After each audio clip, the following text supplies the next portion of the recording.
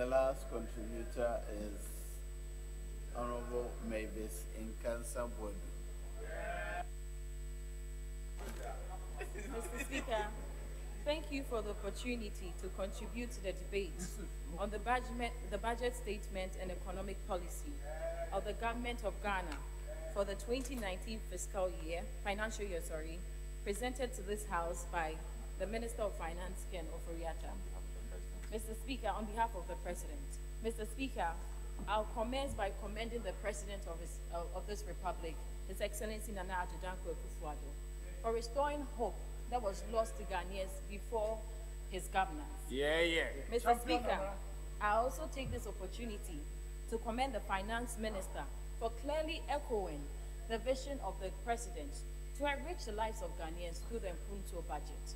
Competence. Mr. Speaker, paragraph 289 of the 2018 budget made mention of government's intention to roll up on online passport services and also to add on onto the passport application service centers that we had in Ghana. Truthfully to its word, as we speak today, Mr. Speaker, 2 have been added on from in the Greater Accra and Eastern region. Mr. Speaker, it is unfair for a Ghanaian to travel the length and breadth of this country just to acquire a passport. I believe that if you are coming from Tema, you wouldn't have to travel to Accra anymore just to acquire a passport. You can just be in Tema and get your passport. In the same vein, if you're coming from the Eastern region, you can conveniently go to Koforidua and get this passport.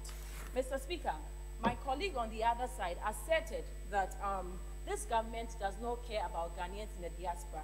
Mr. Speaker, he is misleading this House. As we speak right now, government is in the process of rolling out an e-visa, and this will reduce the time that Ghanaians have to wait in the passport acquisition processes.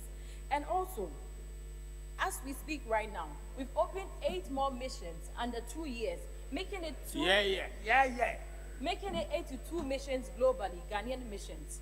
Mr. Speaker, I believe that this online application services that has been brought to Ghana will reduce the huge sums of monies that are paid to Goro boys, middlemen that are also known as Goro boys. And also, it will reduce the travel time.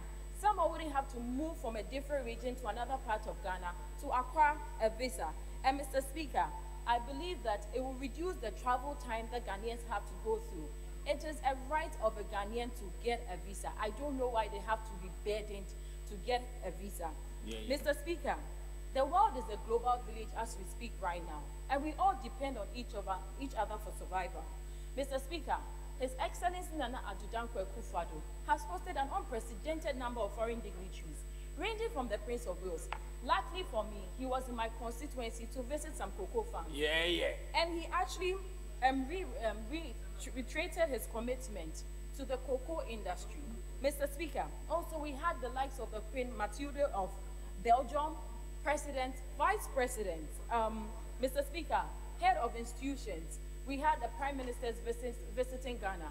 It is not by coincidence that is happening under Nana Addo Akufo-Addo, the competent one. Mr. Speaker, there is an account adage that goes, "You're a fool, a diapa, and a piano." Yes, sir. It is worth, meaning it is worth supporting someone who is pursuing a noble or a good cause. So I believe that is the case here. That is what is happening, Mr. Speaker. Mr. Speaker, these have not just been visits. It has yielded prospective gains for this country. As we speak right now, Ghana has signed an agreement with 3 different giant international automobile industries, namely Volkswagen, Sinotruk, and Nissan. They have plans of bringing their assembly plants to Ghana. Mr. Speaker, Ghana is regaining its lost hope. Ghana, under the last regime, Mr. Speaker, this will also help in reducing the unemployment in this country. Yes, Mr. Speaker.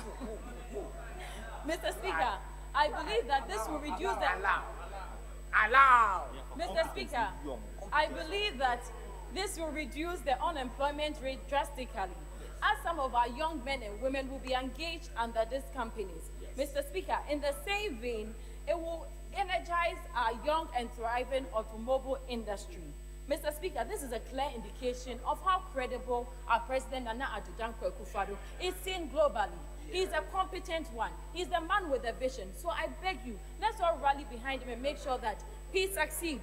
Mr. Speaker, also, to add on. You are screen. Come home. Mr. Speaker, to add on, I would like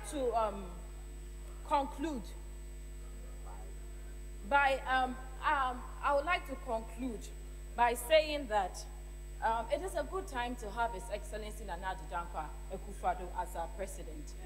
It is my hope and prayer that when his mandate is over in 2024, he would be succeeded by an MPP candidate who is equally competent, vision-driven, and honest, just like himself, to continue with his good works. Mr. Speaker, we sat here, we saw all the good work that His Excellency Kufuor did during his time. And we saw how Ghana retrogressed when he left power. We don't want the same thing to happen now. We don't want the same thing to happen now. Mr. Speaker, so I urge the House to adopt this budget in its entirety. Mr. Speaker, with these few words, I'll bring my debate to an end and I'll resume my seat. Thank you very much. Any challenger? No Any challenger? No challenge. Any woman? Any woman. Any woman. Bring a woman.